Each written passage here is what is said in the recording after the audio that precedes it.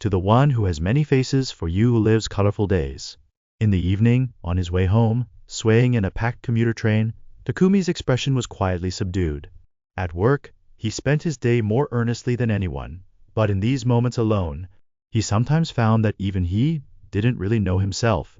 During the day, he hurried through his work, laughed at his colleagues' jokes at lunch, and sometimes forced himself to strike a confident pose in front of his boss. At the end of the day, meeting up with friends, he played the role of the talker, even the mood maker. At home, eating dinner with his family, he found himself showing irritation and selfishness, taking on the roles of the gentle son, the younger brother, or sometimes someone's friend. Within each role, subtle differences in expression, tone, and emotion emerged. Perhaps because of this, Takumi found himself recently pondering, who is my true self?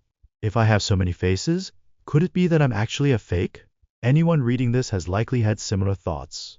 At work, you might find yourself a bit uptight. With friends, you're more cheerful than anyone else. But in the middle of the night, alone, you may sometimes feel inexplicably empty. Maybe, when talking with your parents, your heart gets tangled, and before the one you love, you desperately try to act perfect.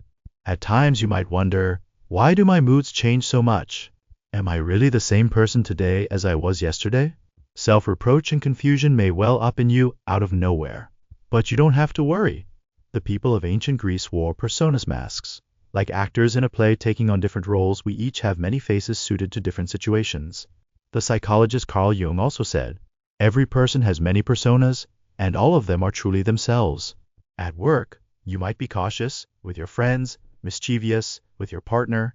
You may find yourself undefended and vulnerable. Each scenario, each circumstance, shines a different color of light on your inner self: red, blue, yellow, green. It's not as though only one of these colors is real and the rest are fake. All of them together make up the complete portrait of a person.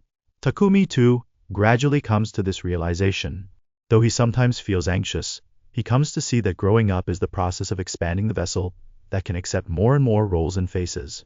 Even after nervously submitting a report at work, he can relax and smile at a cup of coffee offered by a coworker. With friends, even failures can be turned into jokes. With family, he finds he can let himself go and be a bit gentler. Even when he feels awkward or elusive, if he can simply extend a hand to himself in those moments and say, "It's okay," that is growth and a journey toward the real self. Many people wish for a solid, unwavering core as their true self. They wish they could always think, feel, and appear the same way. But life is always changing. The world continually stirs us, awakening the many possibilities and colors sleeping in our hearts, sometimes causing us to adapt to society with unfamiliar expressions and voices. Plutarch spoke of the ship of Theseus. Even if a ship replaces all its parts during a voyage, it remains the same ship. We too go through all sorts of changes. Each experience and choice gives richness and depth to our own personal stories.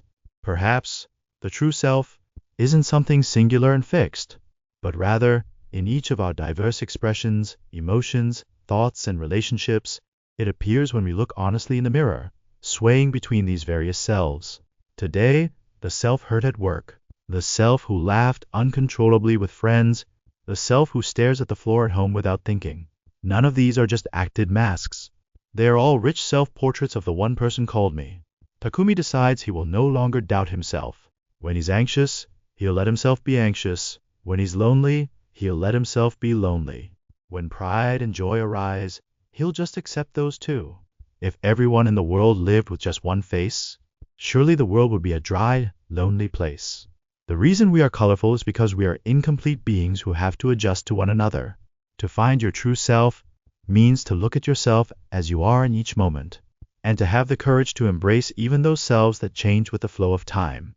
Takumi, closing his book, thinks to himself, "Thank you, me, for working so hard with so many faces today.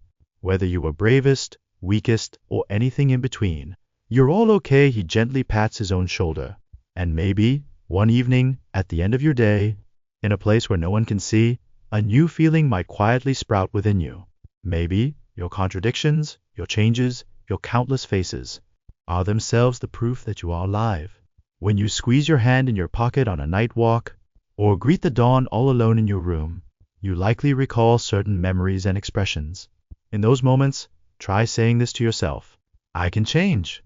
I have many faces. Sometimes I'm silly. Sometimes I'm serious. Sometimes I'm anxious. But I can love all of those selves. The world keeps whispering, find your true self. But the real you isn't some fixed idea. It's the total accumulation of all your ever-changing selves, layer upon layer across every moment of your life. That is what this story hopes to convey.